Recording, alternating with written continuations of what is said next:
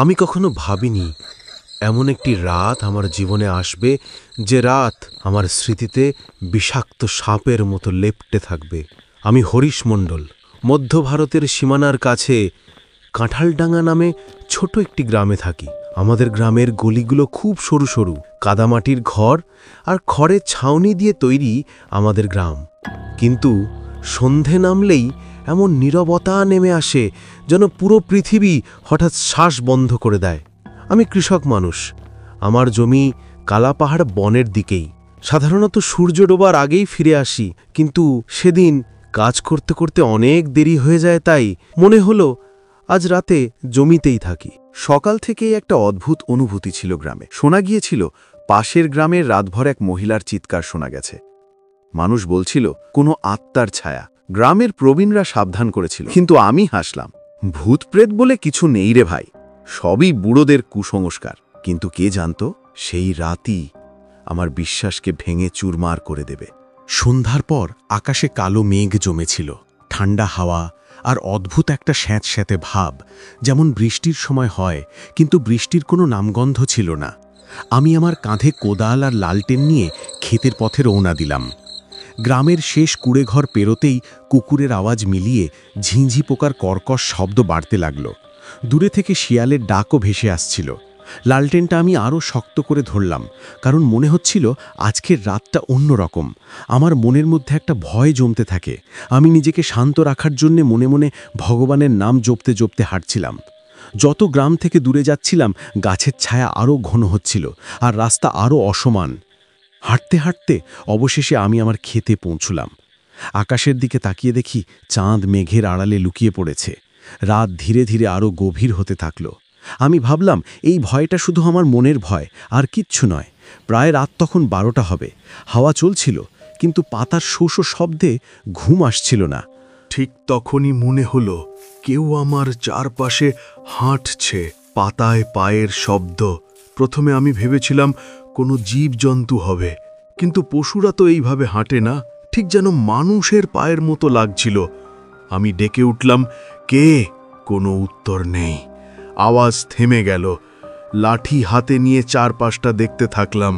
লালটেনের আলো সীমিত জায়গা পর্যন্ত পৌঁছালো, তার বাইরে শুধু গভীর অন্ধকার। হঠাৎ খুব হালকা একটা নারীর হাসি শোনা গেল, এত ক্ষীণ যে কেউ বিশ্বাসই করবে না, কিন্তু আমি স্পষ্ট শুনলাম। শিরদাঁড়ায় ঠান্ডা একটা স্রোত বয়ে গেল। নিজেকে বোঝালাম এটা আমার কল্পনা, কিন্তু সেই হাসি ক্রমশ ধীরে ধীরে এগিয়ে আসছিল আমার দিকে। আমি কিছু বুঝতে পারছিলাম না কি হচ্ছে এসব। আমি ভয়ে লালটেন উঁচু করে দেখি দূরের বটগাছের নিচে একটি লম্বা ছায়া দাঁড়িয়ে। আমি বুঝতে পারছিলাম না ওটা কিসের ছায়া। না ছেলে মতো দেখতে, না মেয়ের মতো দেখতে, শুধু দেখা যাচ্ছিল লম্বা একটি ছায়া দাঁড়িয়ে আছে। ভয়ে ঘাম ছুটল, ধীরে ধীরে পিছোতে লাগলাম। কিন্তু ঠিক তখনই সেই ছায়া নড়ল আর আমার দিকে এগিয়ে আসতে থাকল। এবার স্পষ্ট বুঝলাম সে একজন নারী, অগোছালো চুল, ফাঁকা ভয়াবহ চোখ। আমি আর থাকতে পারলাম না, দৌড়ে পালালাম। মনে হচ্ছিল সে পিছনেই আছে, তার শ্বাস পর্যন্ত শুনতে পাচ্ছিলাম। কোথায় পালাচ্ছিস রামকিষণ? কি ও আমার নাম জানে কিভাবে? বাঁচাও, বাঁচাও, কেউ আছো এখানে? আমি চিৎকার করতে থাকলাম, কিন্তু আশেপাশে আমার সাহায্য করার মতো কেউ ছিল না। ছুটতে ছুটতে গ্রামের পুরনো শুকনো কুয়োর কাছে পৌঁছলাম। শোনা ছিল সেখানে এক নারী আত্মহত্যা করেছিল।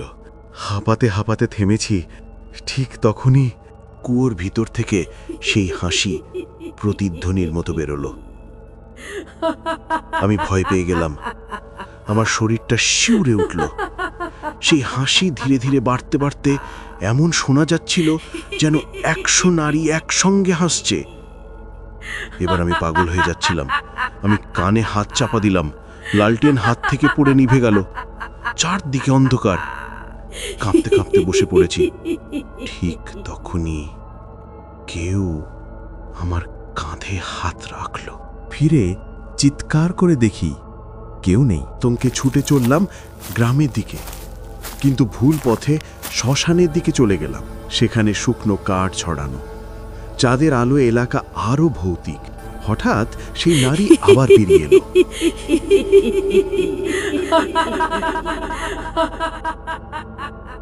আয়, আমার কাছে আয়। তুই তো বলেছিলি ভূত চুড়াইল বলে কিছু হয় না। এবার দেখ, আমি তোর সামনে এসেছি। কি হলো এখন? ভয় পাচ্ছিস কেন? তোকে নিয়ে যেতেই এসেছি। আমি মরিয়া হয়ে একটি লাঠি তার দিকে ছুড়ে দিলাম, কিন্তু লাঠি তার মধ্য দিয়ে চলে গেল, যেন তার শরীর নয়, শুধু ধোঁয়া। তুমি আমাকে ছুঁতে পারবে না রামকিশন। এই কথা বলেই সে হাওয়ার মধ্যে মিলিয়ে গেল, আর আমি সেখান থেকে দৌড়ে পালালাম। পিছন না ফিরে ছুটতে ছুটতে অবশেষে গ্রামের চৌপাল দেখে লুটিয়ে পড়লাম। সকালবেলা লোকজন আমাকে রক্ত মাটিতে মাখা অবস্থায় পেয়ে উদ্ধার করল। পণ্ডিত বলল, সতর্ক করেছিলাম রামকিশন, কিন্তু তুমি শুনোনি। সেদিন যদি তুমি আমার কথা শুনতে, তাহলে আজকে তোমার আর এই অবস্থা হতো না। কেউ বলল পুরনো কুয়োয় সে প্রতারিত মহিলার আত্মা থাকে, তার হাসি যে শোনে সে আর আগের মতো থাকে না। সেদিনের পর আর কখনো আমি রাতে একা খেতে থাকি না। রাত নামলে ঝিঁঝি পোকার আওয়াজেই সেই হাসি শুনি। যতই ভুলতে চাই পারি না। মনে হয় সে আজও আমার চারপাশে ঘোরাঘুরি করে। কখনো একা থাকলে ফিসফিসানি শোনা যায়। সেই রাত আমার জীবন পাল্টে দিয়েছে। এখন আর আমি বয়স্কদের কথায় হাসি না, বরং সম্মান করি, কারণ আমি জানি সেদিন আমি মৃত্যুর ছায়ার মুখোমুখি হয়েছিলাম। প্রত্যেক সপ্তাহে নতুন নতুন ভিডিও দেখতে আমাদের চ্যানেলটিকে লাইক ও সাবস্ক্রাইব করুন।